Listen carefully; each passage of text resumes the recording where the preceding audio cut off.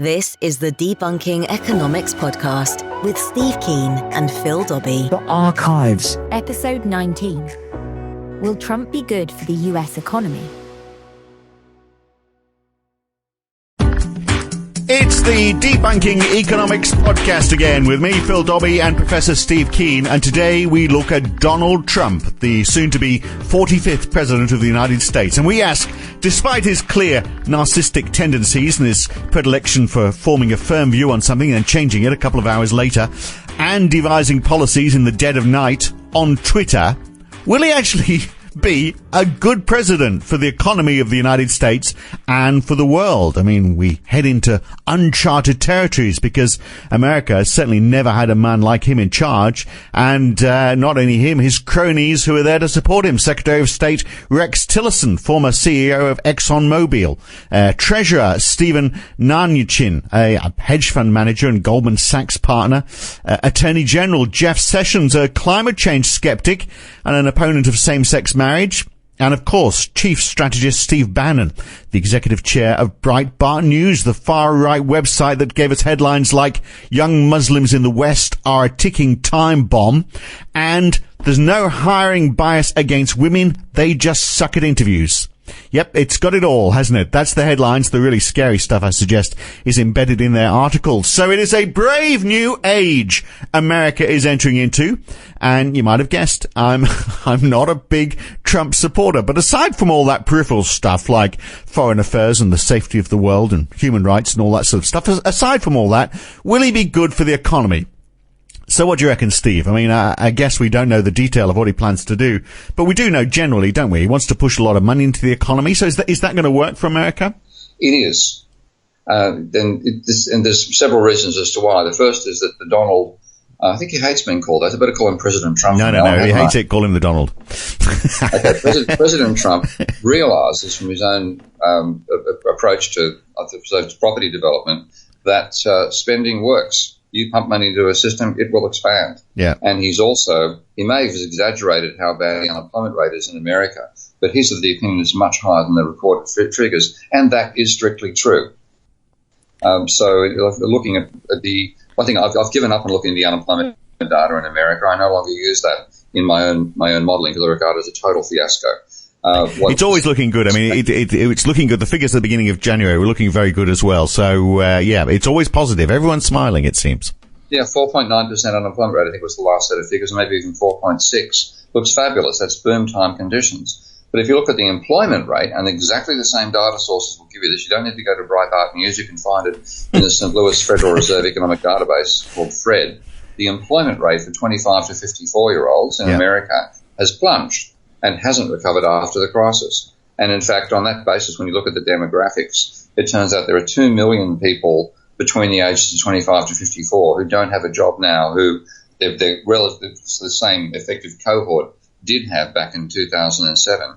And if you go back to 2000, it's even worse. There's effectively 4 million less people employed in that age bracket than were employed in 2000.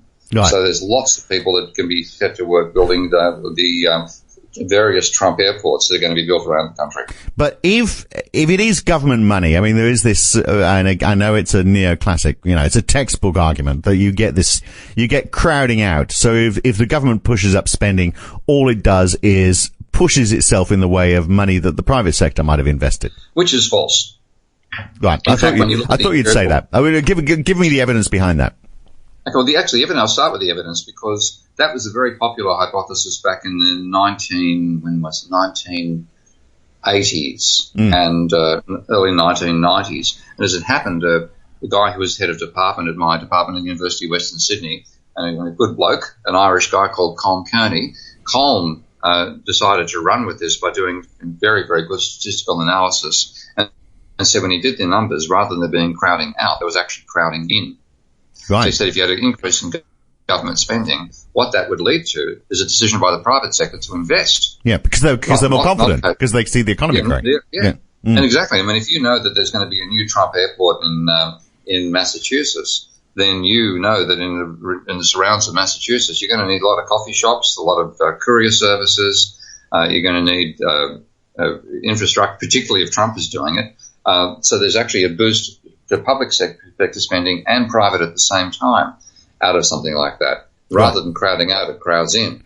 Right, we know Trump's depending upon that because he wants a lot of these to be private-public partnerships. Right, but Trump's got and you know, we've got to hope he's got the right focus here and the right targets. I mean, I'd say the job he's got to do, because we hear so much about those people who are, unemployed or underemployed in the Rust Belts of America. They're the people he's got to target. So he's got to somehow create those jobs to meet the needs of those people. It's not a growth for the whole economy because, you know, at the aggregate level it looks like the economy is doing all right. It's the distribution effects that he's got to somehow, with government money, he's got to somehow target and try and ease that distribution problem. Well, it's also beyond that. As I said, there literally are 4 million less workers employed between the ages of 25 and 54 when you'd expect people to have jobs. Okay. But there's no, what I'm saying, well, that's just helping my point. I mean, there's no point in him creating investment projects which are going to employ people in their 40s and 50s, for example, when there's high levels of youth unemployment. Well, yeah, that's the other thing. I'm leaving out the youth unemployment just because that, you know, if you look at the figures for the overall population, it's just as bad. Yeah. But I chose the 25 to 54 because nobody can argue, well, there's been an increase in university attendance or people are retiring more earlier. That doesn't affect the 25 to 54-year-olds. So if you take a look at the entire age span from, say, 16 to 64, which is the basic range of talking about people who can be expected to have a job, so they might be doing other things, then there's about probably 8 million Americans who are unemployed, who would have had a job back in 2000. So there's plenty of people to be employed by a public sector boom that causes a private sector boom. And that's what Trump is, I think, expecting. And, of course, the other thing about it is a large part of why there has been such a slump in the American economy is because the government has been cutting back. It hasn't been spending on roads. It hasn't been spending on power systems. It hasn't been spending on infrastructure in general. And Trump knows he can come along and not only generate the demand, but stamp his name on all this stuff as well. And that is what I think he expects to cause a huge boom and to be re-elected in a landslide in his second term. Right. Well, that's what he's hoping, isn't he? And look, I mean, if he gets rid of a lot of the unemployed, then that's a great thing. But I'm just questioning whether that's actually achievable in a very short space of time. And you have argued, in conversations before, sometimes it's not easy to turn people into to turn labor around. So he can create projects that involve building a wall, great jobs for bricklayers. But if people aren't skilled in bricklaying, where are you going to find that labor from? It might have to come from the other side of the wall. It might have to be imported from Mexico. So it's that portability, that mobility of labor that's the issue, isn't it? Absolutely, and it's also. I mean, the other issue is a lot of the stimulus will go straight into imports because if you don't have you might want to have Apple phones made in America, but they're currently made in China. So you're going to see, if you boost the demand substantially, you're going to see an increase in imports as well. So it's a difficult challenge, but at least having a crack at it, there's plenty of slack in the American economy to be exploited by a public sector boom that leads to a private sector boom as well. And what he wants is that experience that the economy is absolutely going so flat out. We've got a shortage of bricklayers and everybody else. He wants that mood because he knows how long America, the working class in particular, has been depressed by the state of the American economy. So I think he's counting on that. And, of course, if it starts to be a boom, he'll be doing the same sort of stuff about the economic figures that he's doing about the allegations of Russian spying right now, sending them up and parodying them rather than worrying about them. So in that sense, but the trouble is it can take several years to get the spending going. Well, exactly. It's much faster to do things like a basic income guarantee. Because if you did that and pumped extra money into the economy that way and didn't worry about the budget deficit, you'd have immediate private sector spending.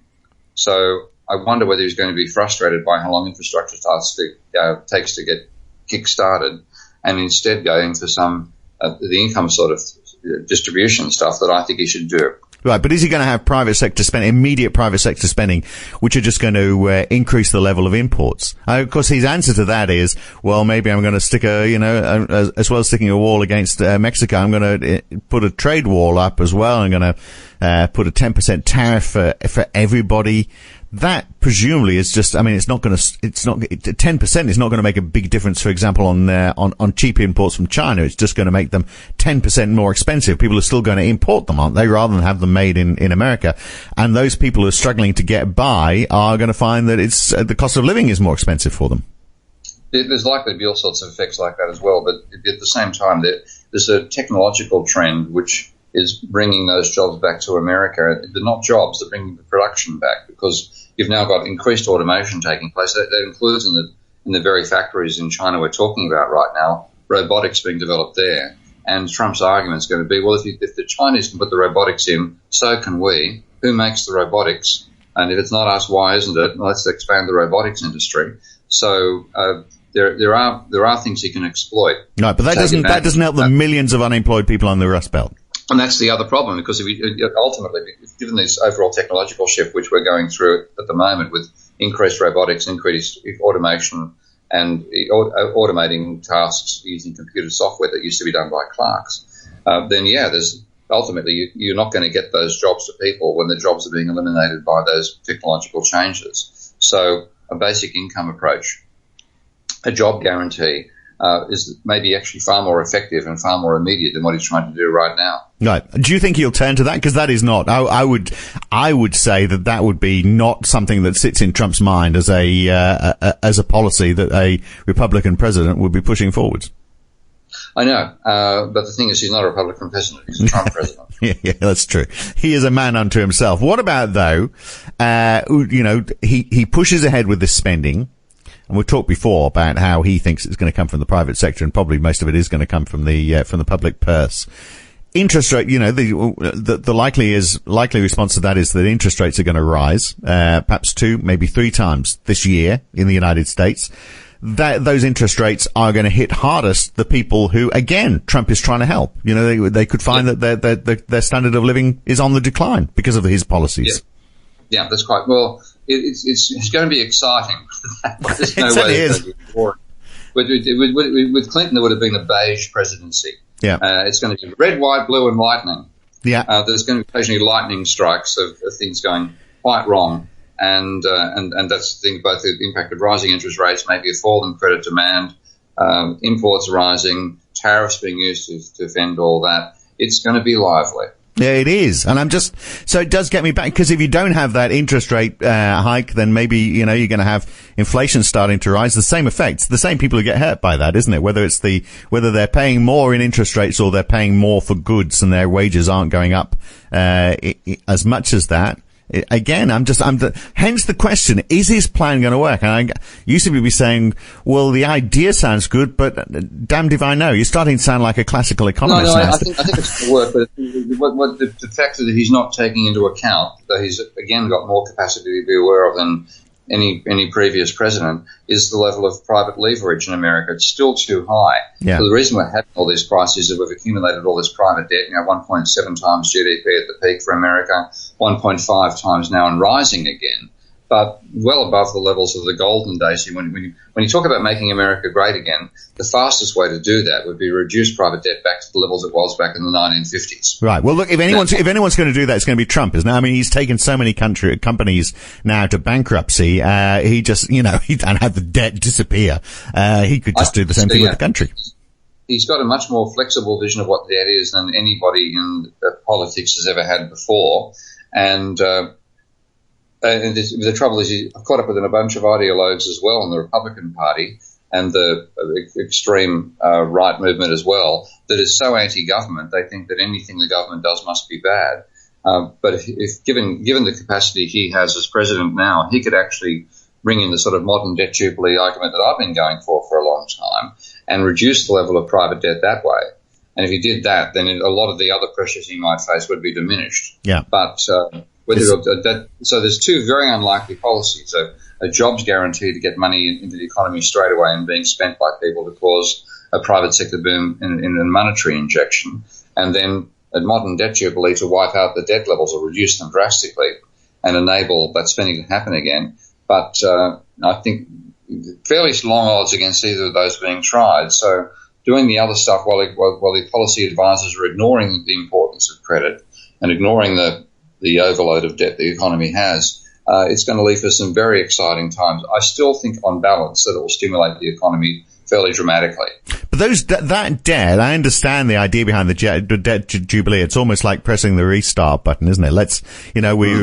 We've done bad. Let's start again and try and get it right this time. But those people who are hurting the most, I suspect, the people in the Rust Belt, I suspect they're not people carrying heavy debt. They just don't have the income. It's not that they are, they've got a house, and maybe the house is, they've got negative equity in the house now because it's in effect worthless. But it probably wasn't a very expensive house in the first place. They're not probably carrying a great deal of debt. Their issue is they just don't have a job. They've got no money coming in. Yeah, but the debt jubilee hit that in two ways, because there are still some of them with debt, and that put them out from negative equity to positive equity again. But also because there's more, if you reduce the level of debt and you do it using a government approach of cancelling government debt using private money creation, then you actually boost demand at the same time, and those people who haven't got a job are likely to get one. Yeah. So it's possible, but with the mix, he's probably going to go for large infrastructure spending, trying to get a lot of it funded by the private sector, putting up tariffs to try to stop that demand leaking out into imports rather than stimulating the domestic economy, and then having a central bank which is independent, which can push up rates even regardless of what Trump says, then it's likely to be an exciting mix. And as you say, a big boom, probably a big increase in inflation rates, and also a surge in imports. So lively policy combination for President Trump to try to balance. Yeah, but does it have longevity to it? Final question for you. So if a lot of it is government infrastructure projects, once those infrastructure projects are finished, those people don't have a job anymore. Yeah, well, and this is what's likely to happen. After my political thesis, I think you and I have discussed this one beforehand. I think he wants to have a big boom in his first term, and halfway through the second term, get back to balancing the budget, and then in his notional theory here, lead to a booming economy with a balanced budget, which he can hand over to the first female president of America, Ivanka Trump. Right, we have spoken about that before, and that means his plan doesn't work. It means it's a Trump plan designed to make Trump look good, rather than a Trump plan being Trump's New Deal, which is going to save the country. It's just going to save his presidency. But the trouble is that the balancing the books will cause a serious recession. Yeah. Because this is something you and I have discussed on occasion. We need to do it in more detail. But if the government saves, like inverted commas, the public sector dissaves. Yeah. Every dollar that's an additional way of paying down government debt becomes an increase in debt for the private sector, or a fall in their bank accounts. And that will literally cause the same sort of recession that occurred in 1937 under Roosevelt, when he was also persuaded to try to balance the books, and caused a recession which drove unemployment in that case from 11% back up to 20% again. Right. So my theory is, and I'm writing a little piece for Forbes on this front, that Trump has got a 4-point plan, point 3 of which is balance the books and hand over to a booming economy over to Ivanka, and it will backfire because the balancing the books will cause a recession. Yeah. Okay. So the answer is, if what he's doing is successful, they just need more of it, and it's got to be tapered, to use the term we don't like using, but it's got to be tapered. The approach has got to be tapered rather than just a short, sharp shock at the end of it. Well, it's got to be both a short, sharp shock and then an acceptance that the government should normally run a deficit. Yeah. Because if you want the private sector to save and actually increase the amount of money in its bank accounts, you've got to the private sector on its own can't create aggregate savings. The actual amount of money in their bank accounts is determined by how much banks lend to them and how much the government runs a deficit. Now, if the government tries to run a surplus, it's taking money out of the private sector. So the only way the private sector can get more money in its bank accounts is to borrow more money from the banks, making it more indebted. That is exactly what happened back in 1937, when Roosevelt tried to balance the books. The private sector suddenly had much less money in its accounts, and rather than taking on more debt, it tried to reduce its debt at the same time, and the impact on the economy was a huge slump in output and therefore a rise in unemployment. So I think Trump faces the same danger. All the good that's work. One thing I'm trying to think about. Yeah, all the good work gone by the wayside. You need to have an audience with this man, don't you? I mean, I wonder where we can get you in front of Trump. And I wonder. There are a few people who are trying, but I won't hold my breath waiting for it. But if he's somebody who could actually understand this stuff, because getting it through the Washington consensus, the Clintons of the world, was just impossible. But Trump, because he's had that history of seeing debt as a rather rubbery and elastic thing rather than an iron maiden that has to be obeyed, he hopefully has the intellectual capability and the experience to say, well, maybe this will work, and maybe all this obsession about the government having to balance its books is nonsense from people who don't understand the economy. Yeah. Oh, maybe we'll send him this podcast. We haven't said anything too bad about him. Maybe we should try that. We'll talk I did say that Donald at the beginning, so I may have made an error there, but we'll have to wait and see.